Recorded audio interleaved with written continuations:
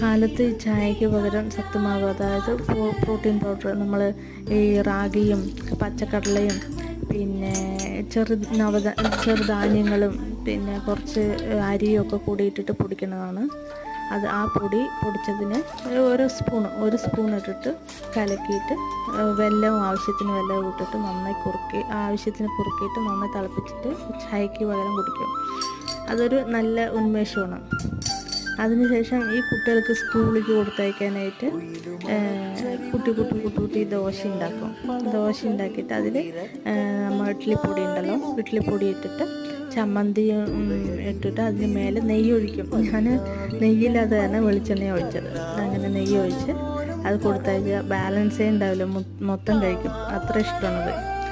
പിന്നെ അങ്ങനെ കർക്കിടക മാസമായതുകൊണ്ട് എന്ത് കഴിച്ചാലും അത് ദേഹത്ത് കാണുകയും ചെയ്യും, നല്ലതാണ്. അപ്പോൾ ലൈക്ക് ചെയ്യാനും കമൻറ്റ്